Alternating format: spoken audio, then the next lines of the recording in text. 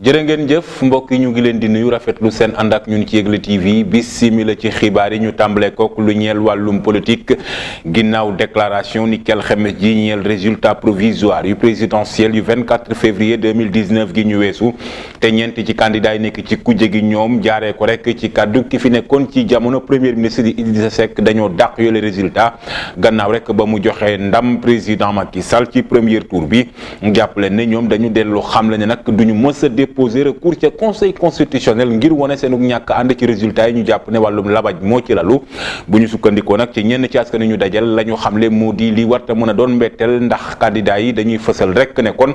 wóoluwuñu benn yoon suñu sartum réew ak ni muy doxee. ci janoom ak taskatu xibaar yi ni ki alxames ji commission nationale bi yore wàllum recensement jëm ci vote yi daal dina fësal ca palais de justice bu Ndakaar résultat provisoire yi ñeel présidentiel yi ñu doon amal ñaar fukki fan ak ñeent ci weeru février bi ñu weesu ñeenti candidat yi féete ci kujje gi jaaree ko ci kàddu ki fi nekkoon ci jamono premier ministre di Idrissa Seck daal dinañu dàq yooyu les résultats nga xam ne dafa jox ndam président Macky Sall ci tour bu njëkk bi waa yi ñu fekk ci bërëbu liggéeyukaayam ne kujje gi la àndal ci li ñu wax.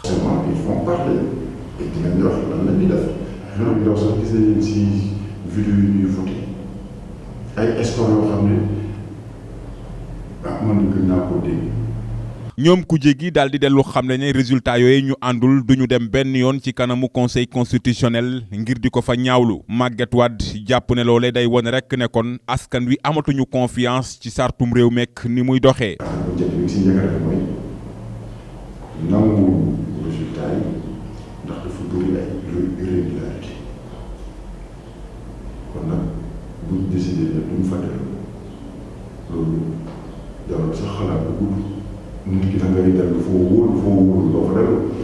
ñeenti candidat yi jàpp ne kon candidat sortant bi di Macky Sall dafa daal di nacc loxo askan wi ci seen bëgg-bëgg muy wàllu soppeeku waaye na xam ne ak luy mën a am moom mooy ngar daajoo mbooleem jafe-jafe gi ci tukkee li da sa xam nag mooy lan mooy doon taxawaayu ñeenti candidat yi bés bu ñu demee ba conseil constitutionnel daal di dëggal lii du résultat yi ñu fësal. gannaaw itam ba ñu génnee si jongante njiitu réew yooyee te président Macky Sall wuttuwaat boppam ndax mooy ki toogaat ci fauteuil njiitu réew mi ñu gis nag ne ci làngum politique bi ci kujje gi faaw soppeeku bu mag am ci ndax jamono ji mën nañu ne Idrissa Seck mooy xalif général mbooleem ñi nekk ci kujje gi Ousmane Sonko topp ci laaj bi mën a sampandiku nag moo di lan mooy doon ëllëgu Khalifa Babacar Sall ak kii di Karim Meïssa Wade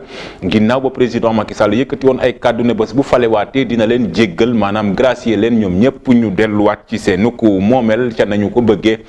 njàngat lekk Abdoulaye Timéra. Avec ce deuxième mandat du président Macky Sall, c'est forcément une nouvelle configuration, voire une recomposition de l'espace politique sénégalais qui se dessine. 3 échecs de suite à la présidentielle pour le président de Rewmi, Idrissa Seck,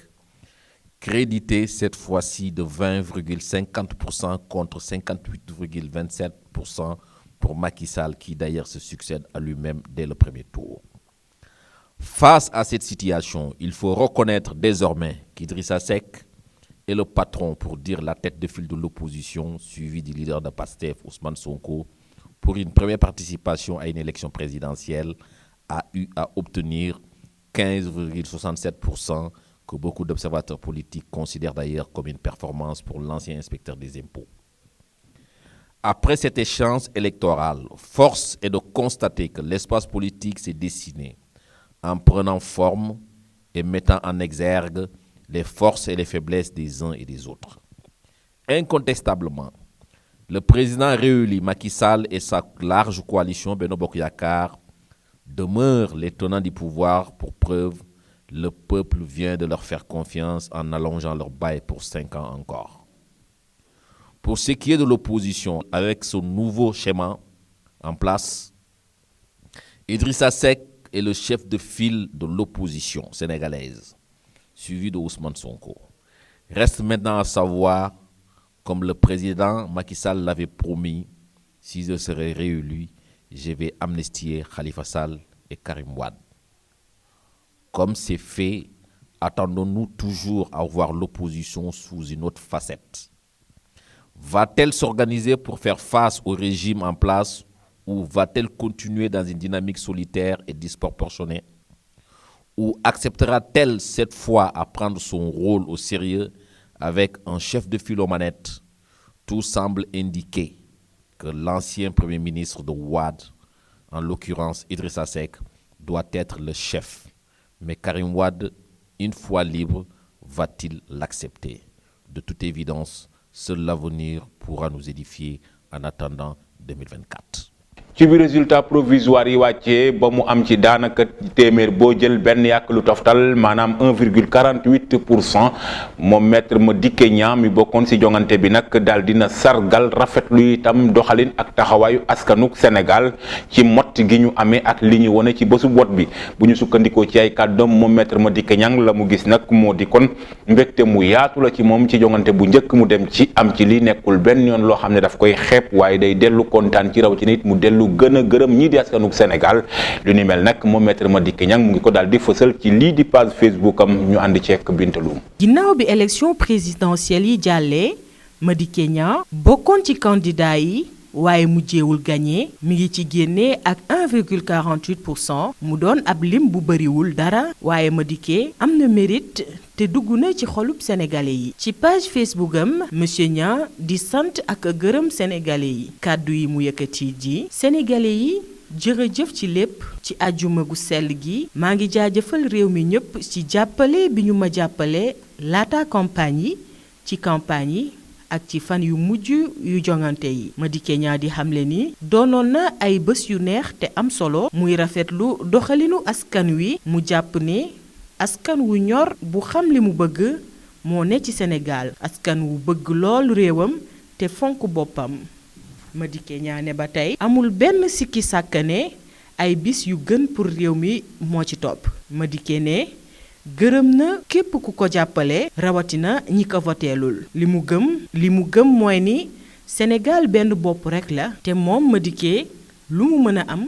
Sénégal moo ko gënal muy xamle ba tey ci bataaxalam bi ni ci àjjuma ji Touba la koy fekk ndax dafa war a gisee ak xalif général bi di Serigne Mountakha Bassirou Mbacké mu mel ni kon du ci wet ndax beneen candidat bi di Idrissa Seck doon tey patron wu opposition bi dana dem ca Touba moom itam ngir war fa dajeek xalif général. ginnaaw xibaaru bitim réew yooyu itam Seyna bu duñu la bàyyeegum ndax yow la ñuy àndalaat nga faram fàcceel ñu wàllum tàggat yaram. xibaaru tàggat yaram dañu koy dooree nag ak gardien de but international bu sénégalais bi di Edouard Mendy nga xam ne ma ngay yokk ay performance am ak FC Reims ci Ligue 1 niki ndorteelu saison bi ba nëgg si tey mu def nag fukki match ak benn te encaissé wu fa benn but Edouard Mendy nag am na ak léegi lu toll ci 75% d'arrêt looloo waral nag mu te ñeenteelu place bi ci top 5 gannaaw niçois bi di Benitez nga xam ni am na lu toll ci 77,7% ak ñaari gardien de but parisien bi di Areola am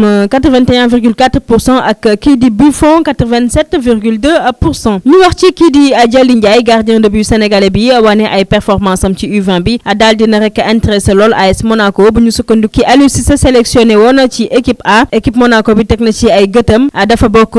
bokk sax ci liste 25 joueurs yi Aliou Cissé convoqué ci lu ñeel Sénégal Madagascar ak Mali ci CAN U20 bi Dialy Ndiaye daal dina rek def campagne bu baax lool te am solo ca Niger ak équipe U20 mu mérité lool convocation ci équipe A ndax def na si ay jéego yu am solo lool moo tax rek mu attiré attention dirigeant bu Monaco yi. ñu jeexale ko ak week-end bi ñu dëgmal nga xam ne que dina am rek ay derby yu am solo ci diggante ay équipe yu bokk ci championnat européen bi Barça dina jàmmaarloo ak Real Madrid Juventus ak Naples Liverpool sa dina rek daal di jàmmaarloo ak Everton Real nag dina fekki Barcelone foofee sa Santiago Bernabéu match bu mu doon layook Barcelone ba tax faaw rek mu gagné ngir mu am chance niki samedi 19h45 ci ñaari fukkeelu journée ak juróom-benn bu Liga bi ca Angleterre nag Sadio Mané ak Liverpool dañoo rek daal di fekki Everton dina nekk rek prox ndool ci Idrissa Gana Gueye ngir mu jëlaat revanche am à domicile. mbokk yi kon loolee moo jeexal xibaar yi ci Yegle TV mbégte mu yaatu laa moon ngir faram fàcceel leen ko jaajëfal bu baax équipe technique bi ci caméra bi Alioune Samb ak réalisation bi